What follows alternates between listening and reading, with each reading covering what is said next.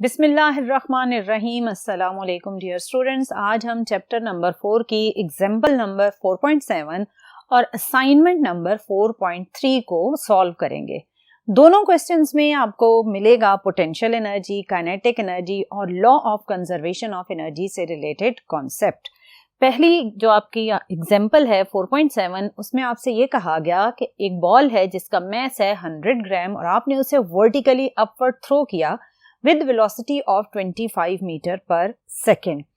अगर आप इस सिचुएशन में ये अज्यूम करें कि कोई भी एनर्जी लॉस नहीं, कोई भी एयर रेजिस्टेंस नहीं, तो बॉल जो इस वेलोसिटी के साथ थ्रो की गई, आप कैलकुलेट करें कि वो कितनी हाइट को गेन करेगी। ये इसका पार्ट ए है जिसमें आपने रेजिस्टिव फोर्सेस को इग्नोर किया और आपने बॉल को 25 मीटर पर सेकेंड की वेलोसिटी के साथ थ्रो किया और इस वेलोसिटी के साथ वो क्या हाइट गेन करेगी आपने ये पार्ट ए में कैलकुलेट कर लिया। फिर आपसे ये कहा गया कि if the ball only rises to 25 meter, यानी जो पार्ट ए में आपने हाइट कैलकुलेट की, ये हाइट उससे अब कम हाइट होगी।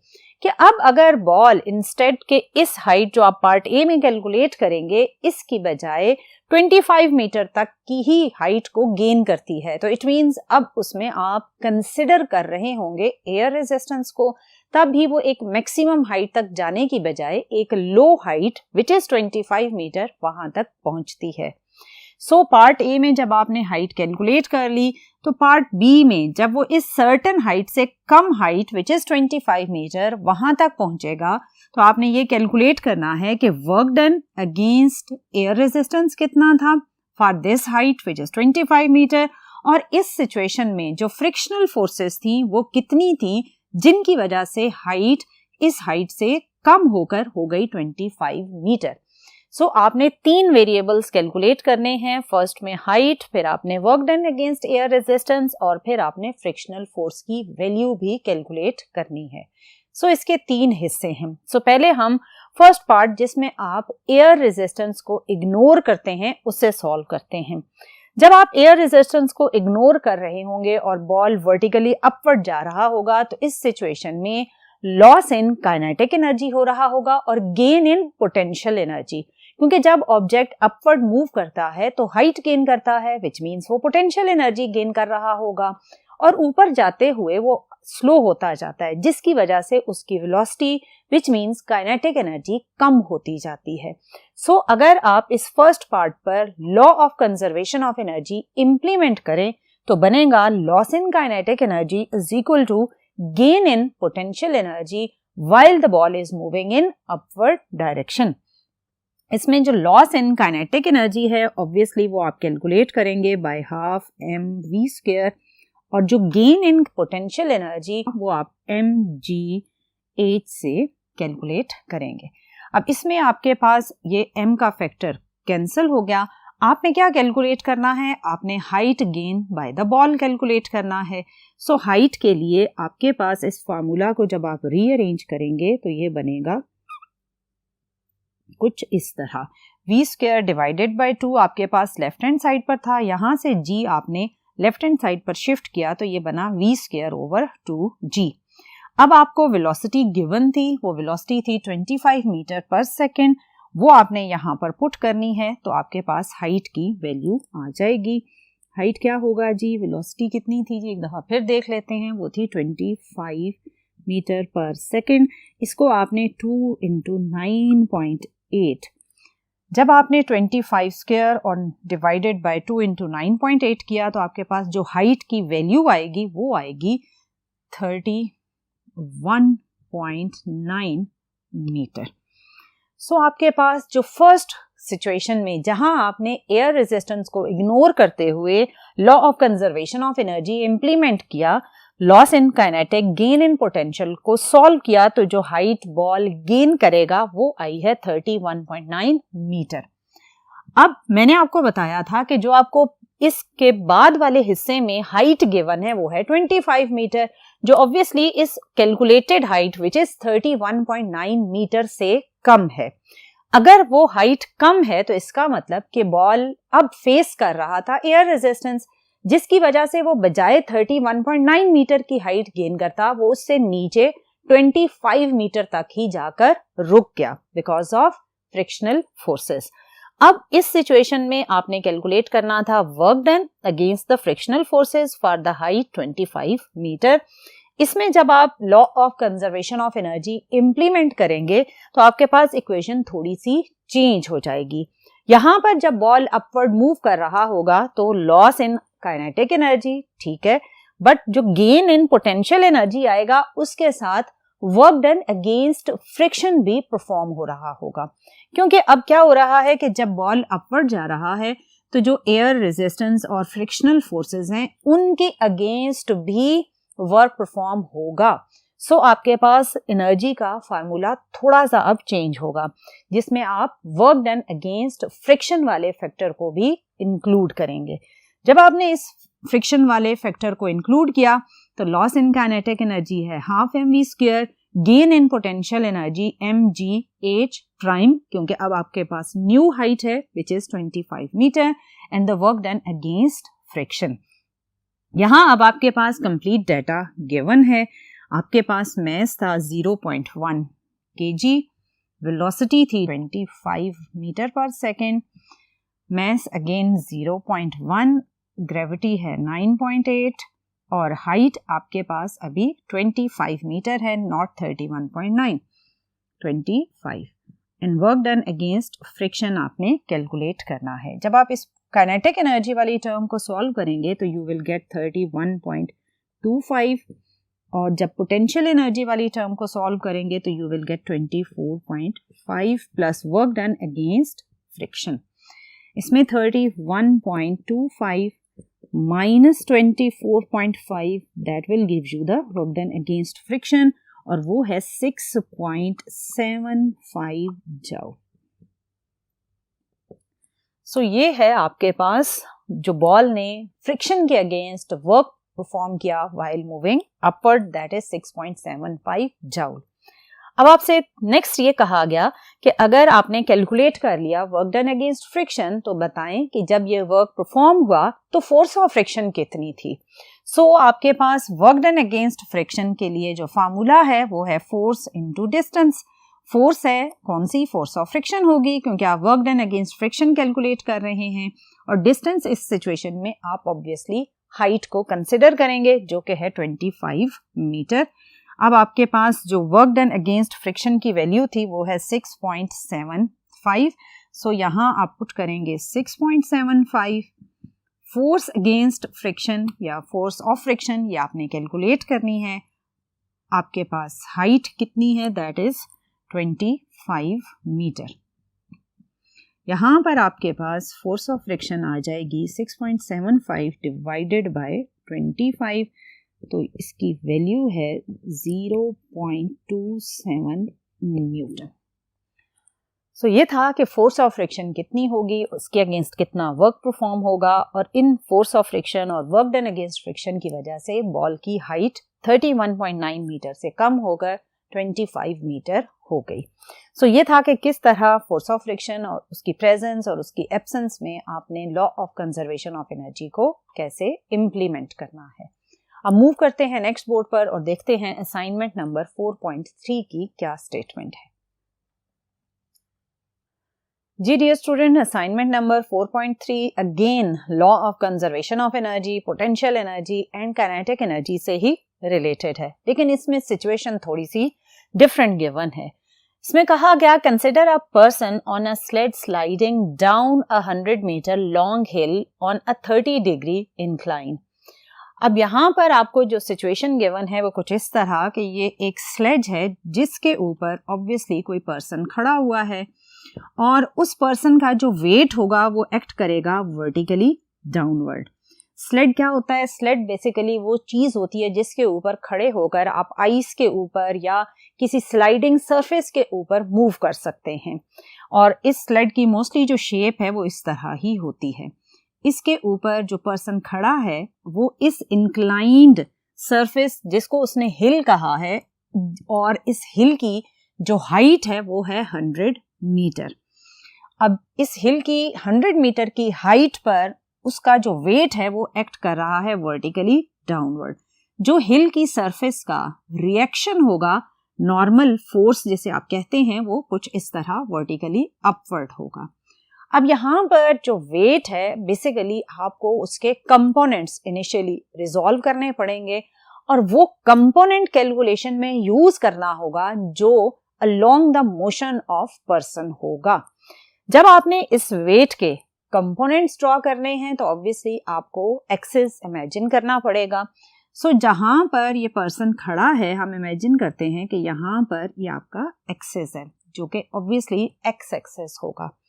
आपने इस वेट की या फोर्स के कंपोनेंट जब ड्रॉ किए तो आपने परपेंडिकुलर ड्रॉ किया ऑन एक्स एक्सिस, तो ये आपके पास हो जाएगा हॉरिजेंटल कंपोनेंट ऑफ वेट जिसे आप कहेंगे mg cos थीटा, और ये हो जाएगा वर्टिकल कंपोनेंट ऑफ वेट जिसे आप कहेंगे mg sin थीटा। और हिल का जो एंगल ऑफ इंक्लिनेशन है वो है 30 डिग्री।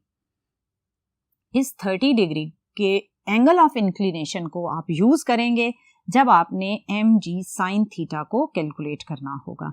अब इस डायग्राम में अगर आप देखें तो जो नॉर्मल रिएक्शन ऑफ सरफेस है वो और mg cos थीटा ये दोनों इक्वल एंड ऑपोजिट हैं। सो ये दोनों एक दूसरे के इफेक्ट को कैंसिल कर देंगे।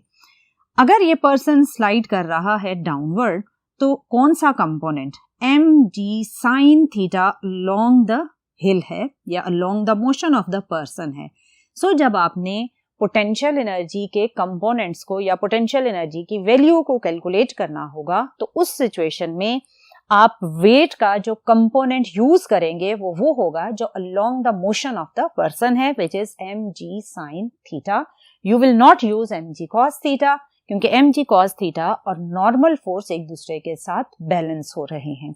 सो इस mg cos थीटा का पर्सन को मूव करने में कोई भी रोल नहीं होगा।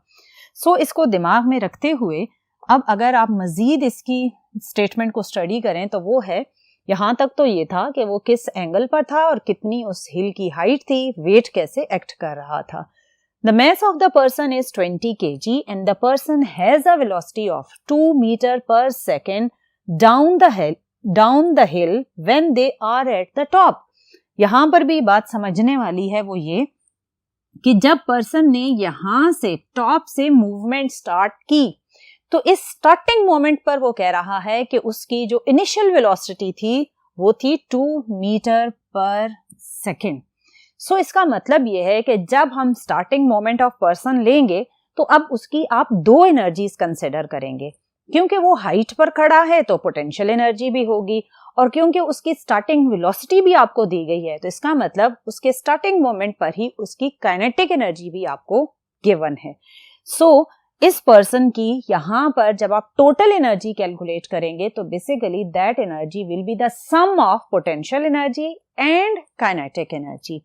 फिर वो स्लाइड कर रहा है डाउनवर्ड, तो आपसे कहा गया how fast is the person travelling at the bottom of the हिल, कि जब वो इन दो एनर्जीज को लेता हुआ डाउनवर्ड आएगा तो बॉटम ऑफ हिल पर जब वो पहुंचेगा तो उसकी फाइनल वेलोसिटी क्या होगी, वो कितना तेज चल रहा होगा। ये तो पार्ट ए में आपने कैलकुलेट करना है। फिर पार्ट बी में उसने कहा कि जब वो बॉटम पर पहुंच रहा है अगर उसकी वेलोसिटी 10 मीटर पर सेकेंड है बिकॉज ऑफ फ्रिक्शन। अब यहां से भी एक बात पता चल रही है कि ये जो उसने 10 मीटर पर सेकेंड वैल्यू दी है ये पार्ट ए में जो हम वेलोसिटी की वैल्यू कैलकुलेट करेंगे ऑब्वियसली ये उससे कम है। क्यों कम है? क्योंकि वो कह रहा है कि ये वेलोसिटी फ्रिक्शन की सिचुएशन में है। अगर ये फ्रिक्शन की सिचुएशन में है तो ऑब्वियसली ये वेलोसिटी पार्ट ए की वेलोसिटी से कम होगी, क्योंकि पार्ट ए में जब हम कैलकुलेशन करेंगे तो हम फ्रिक्शन को इग्नोर करेंगे।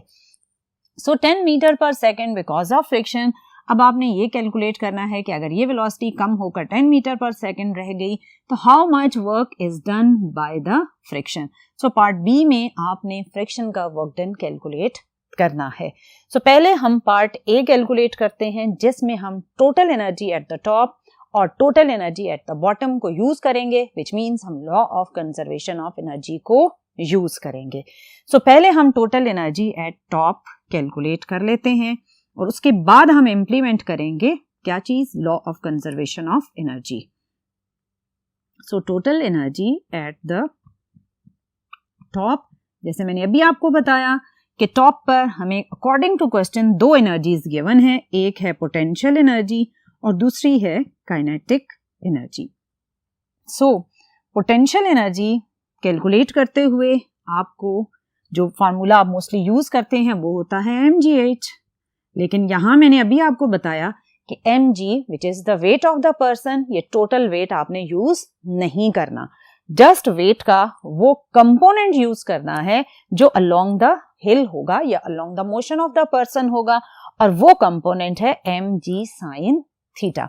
सो जब आप पोटेंशियल एनर्जी कैलकुलेट करेंगे तो you will write mg sin theta into height plus kinetic energy के लिए आपको वेलोसिटी भी गिवन है, तो half m v square. Velocity कितनी है जी टॉप पर, वो है 2 मीटर पर सेकेंड। सो यहाँ अब आपने सारा डाटा यूज करना है। मैस है आपके पास 20 kg, g है 9.8, थीटा है 30 डिग्री, हाइट ऑफ हिल आपको गिवन है 100 meter plus half, again mass है आपके पास 20 kg, वेलोसिटी है 2 मीटर पर सेकेंड। जब आप पोटेंशियल एनर्जी वाली इस टर्म को सॉल्व करेंगे तो यू विल गेट 9800 जूल, और जब आप काइनेटिक एनर्जी वाली टर्म को सॉल्व करेंगे तो यू विल गेट 40 जूल। इन दोनों को जब आपने ऐड किया तो इट विल बी 9840 जूल। सो जब पर्सन टॉप पर खड़ा है तो उसकी जो total energy at the top है दैट एनर्जी इज 9840 जूल। अब इस टोटल एनर्जी को लेकर वो पर्सन मूव करेगा डाउनवर्ड, तो आपने ये बताना है कि वो जब बॉटम पर पहुंचेगा विद दिस टोटल एनर्जी तो उसकी वेलोसिटी कितनी होगी। इसको कैलकुलेट करने के लिए हम यूज करेंगे law of conservation of energy, और उसको यूज करने के लिए हम मूव करते हैं नेक्स्ट बोर्ड पर। जी डियर स्टूडेंट, मैंने आपसे कहा कि हम यूज करेंगे law of conservation of energy. So according to law of conservation of energy, total energy at the top is equal to total energy at the bottom. Total energy at the top आपने अभी calculate की, वो थी 9840 joule, और total energy at the bottom obviously वहां पर जब आप पहुंचेंगे तो वो हो जाएगी हाफ mv स्क्वायर, प्लस अगर आप पोटेंशियल एनर्जी लिखना चाहें तो आप जानते हैं कि जब वो बॉटम पर पहुंचेगा तो हाइट क्या हो जाएगी, 0। जब हाइट 0 हो जाएगी तो फिर पोटेंशियल एनर्जी वाला फैक्टर ऑब्वियसली 0 हो जाएगा। सो जब वो बॉटम पर पहुंचता है तो उसकी जो टोटल एनर्जी होती है वो जस्ट काइनेटिक एनर्जी होती है और पोटेंशियल एनर्जी 0 हो चुकी होती है। So kinetic energy half mv square और potential energy if you want to write तो वो हो जाएगी 0। अब यहां से आपने वेलोसिटी कैलकुलेट करनी है जो कि obviously velocity at the bottom होगी। उसके लिए आपके पास थोड़ा सा इसको रीअरेंज करना पड़ेगा। 2 आप ले आए लेफ्ट हैंड साइड पर, मैस को यहाँ पर डिवाइड कर दें जो कि कितना था 20 kg था, ये हो जाएगा v स्क्वायर। अब आप इसको, क्योंकि v स्क्वायर है तो ऑब्वियसली आपको इसमें रूट लेना पड़ेगा और ये हो जाएगा 984। जब आप इस पूरे फैक्टर को सॉल्व करेंगे तो इट विल बी 984। जब आपने इसको सॉल्व कर लिया तो ये बनेगा 31.3 मीटर पर सेकेंड, और ये होगी velocity at the bottom. So आपके पास velocity at the bottom by using the total energy at the top which was the sum of potential energy and kinetic energy. So अब हम करते हैं नेक्स्ट पार्ट को सॉल्व, जिसमें आपको velocity कम करके दी गई है।